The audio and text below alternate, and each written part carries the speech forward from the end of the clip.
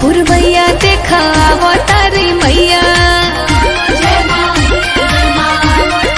हाँ बहे पवन पुरवैया देखा अवतारी मैया। आगे हनुमान जी बने पीछे से भैरव भैया।